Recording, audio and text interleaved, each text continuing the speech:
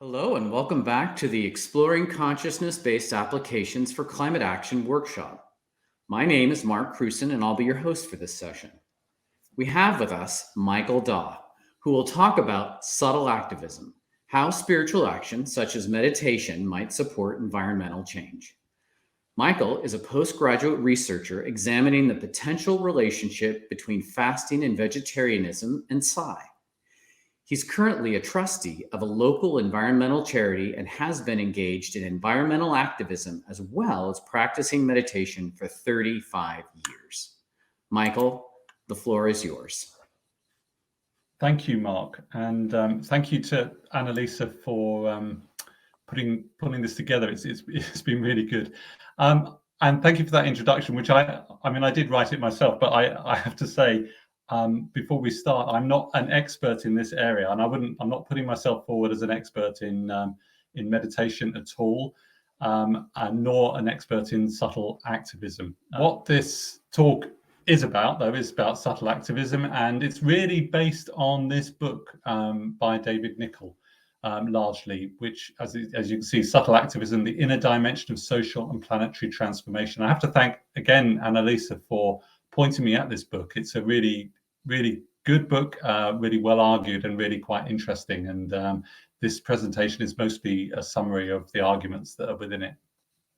So what I'll be talking about is a sort of definition of what subtle activism is, some examples, some historical examples, what the principles of subtle activism are, some of the supporting scientific evidence that we have so far, brief look at the underpinning theories, and a sort of question of whether we're at a planetary tipping point or not. And some of the criticisms of subtle activism that could be labeled at it, and then some questions for discussion that I hope people are going to take away and talk about and sort of chew over.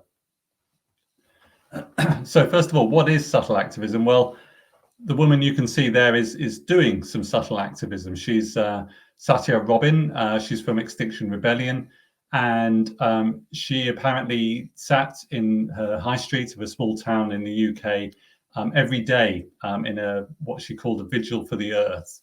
And she meditated for, I'm not quite sure for how long, but she meditated every day with that poster on. And that is essentially what subtle activism is. She's kind of meditating for the planet, if you like. Subtle activism, as Nicol describes it, could be any spiritual or consciousness-based practice. So as well as meditation, prayer, ritual, and the idea being that it's at individual and collective levels to support change in the world.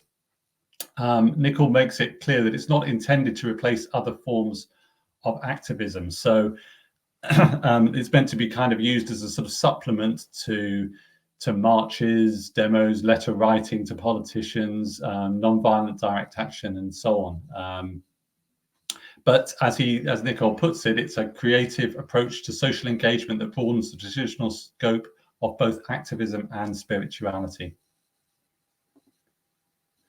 So what he suggests is there are two forms of the hypothesis of subtle activism. So the weak form is that that spiritual practices have transformative effects on those who do them, which supports their work. So this might be using things like meditation for sort of rest and recuperation in between bouts of activism, maybe a feeling of collective spiritual practice through prayer, and whatever that will just kind of support the individual or maybe even support the group to kind of work to be better activists, really. That's the kind of weak form. The strong form, and this is clearly what Nicol is mostly talking about in his book, is that the consciousness of practitioners actually affects some kind of subtle or fundamental or causal level of reality, and so creates a sort of non-local ripple effect, a quantum event that amplifies in magnitude as it becomes manifest in the physical world. So it's a kind of like, you sit down either yourself or in a group, you meditate or you pray or you do intentions or whatever ritual, and that causes an effect through some subtle means in sort of the collective consciousness or something like that. So that's the kind of strong form, as it were. So a couple of examples now. This first example is from the UK. It's something I'd never heard of until I read the book called The Big Ben Minute. And this was something during World War II to counter the Nazi threat. And every day, the BBC radio broadcasts the chimes of Big Ben to encourage people to engage in a minute's silence to support the war effort. It's entirely non-denominational, so it was open to people of any faith and none. It was really quite high profile, I gather. It had public endorsements from King George VI, Winston Churchill, the Archbishop of Canterbury, the Chief Rabbi of England, and it was announced daily in all leading English newspapers.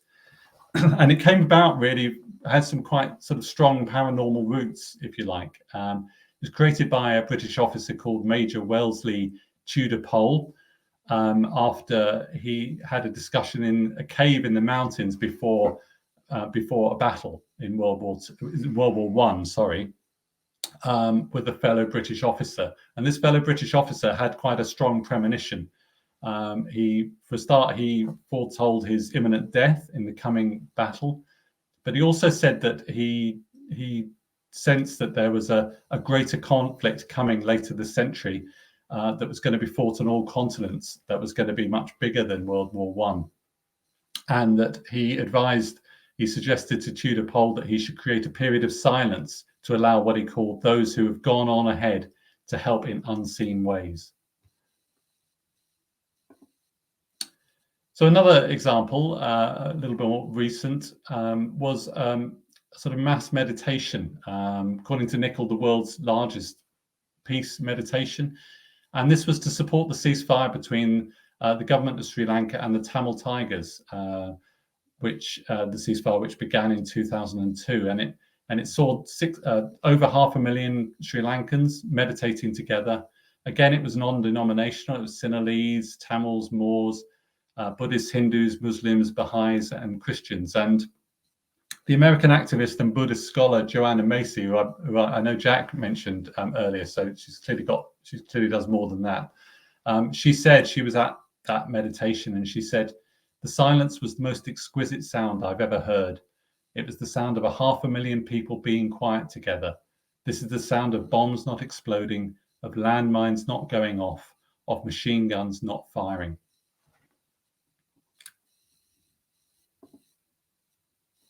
So what are the principles of subtle activism? Well, Nicol suggests these sort of 6 key points, really. The first that underlies everything is that there is posited a sort of universal field of consciousness that's the creative source of everything. And we might know that as God, as the Tao, Brahma, the void, source, or whatever. Secondly, that we all exist within social units at different kind of levels. So families, tribes, nations, and these are all collective organisms with collective minds. The third is that these collective minds are social fields in a nested hierarchy, and all of these different fields at all of these levels are within the ultimate creative source of reality. And humans are embedded in these fields. They both influence these fields and also are influenced by them. And the mechanism of this, Nicol suggests, is morphic resonance, which many people I'm sure will be familiar with, was first suggested by Rupert Sheldrake, his kind of hypothesis of morphic resonance, morphic fields, the influence of like upon like. And lastly, he suggests that there's some kind of threshold of influence that needs to be crossed in order for this to work. So either quantitatively, in other words, you need a large number of people perhaps meditating together, whether physically or at least at the same time, maybe with the same intention, or qualitatively. So maybe the depth of the spiritual work, or the coherence or the intensity of that work.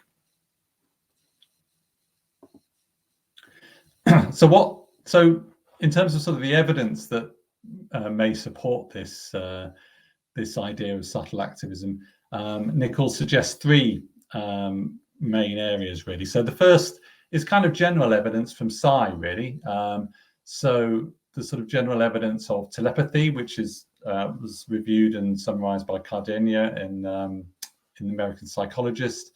And also from distant healing, the idea that you can heal or affect biological systems through healing, so through some psychokinetic mechanism.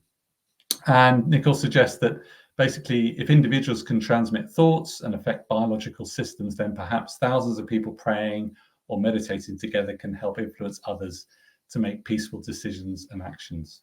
So that's a kind of general kind of support, I guess, from Psy that this might work.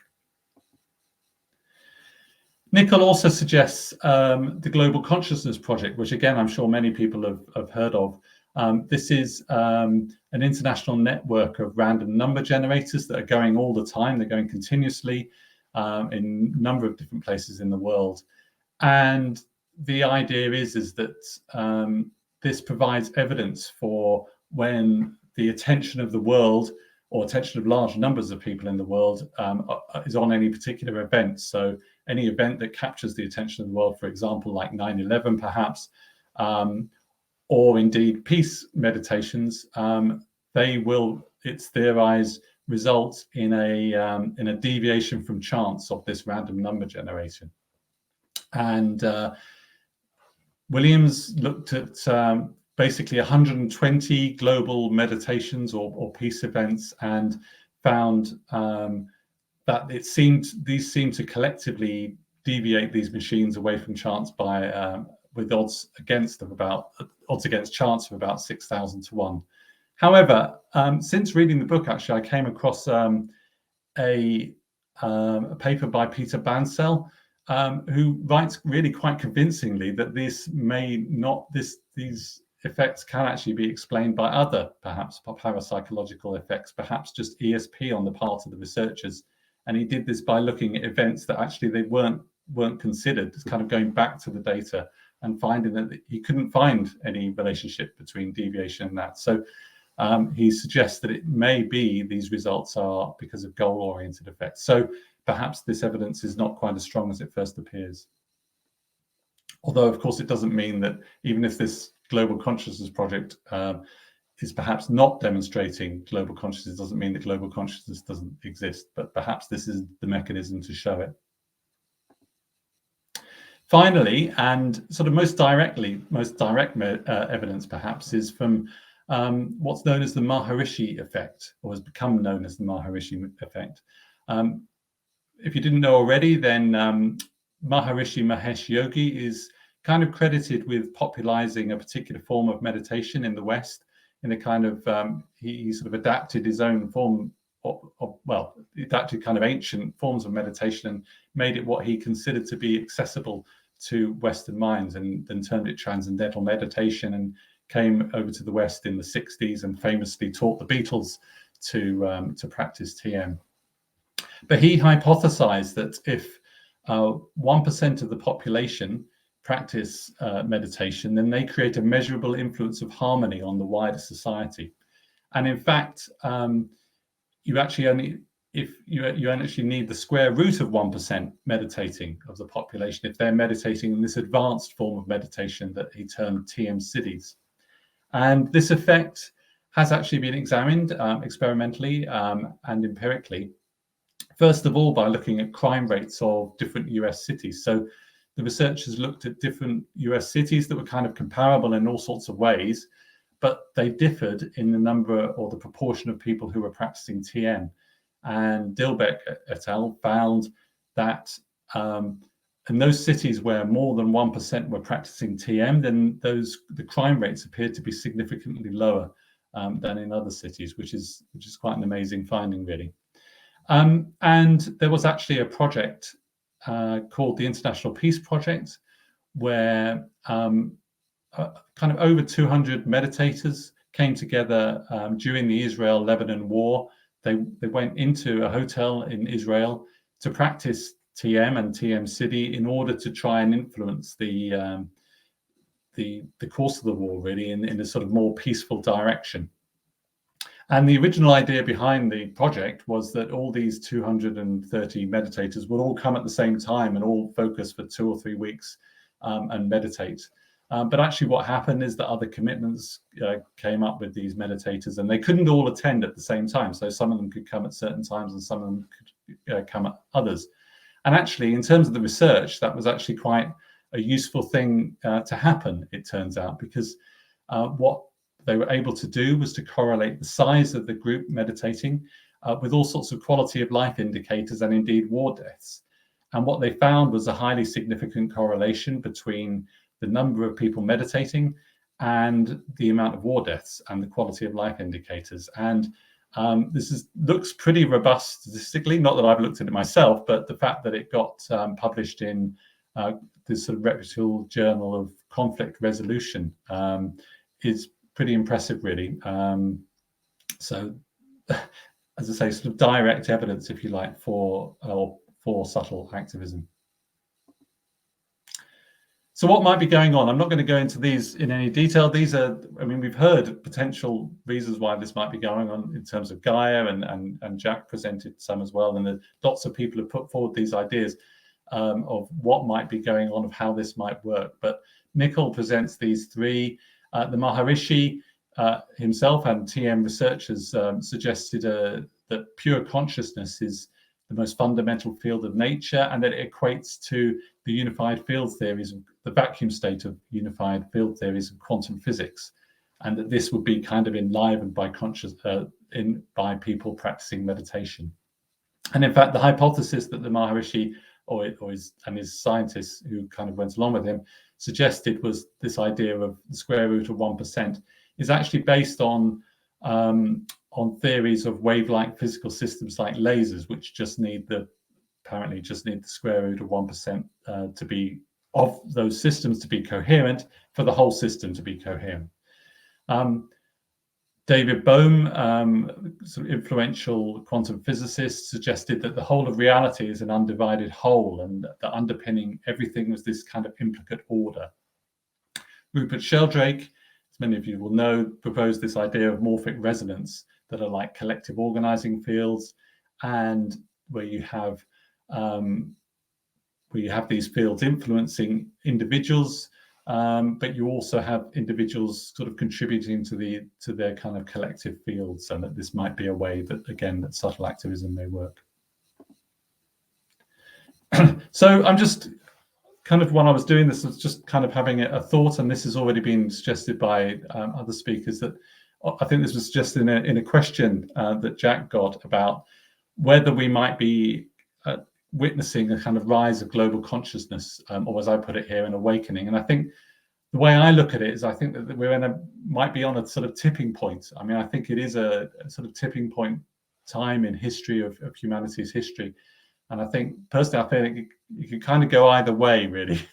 We may be on the cusp of an awakening, and there may be lots of signs of this awakening. So some writers have talked about integrated human consciousness. Perhaps the current moment is a collective rite of passage, some kind of collective spiritual emergency for humanity.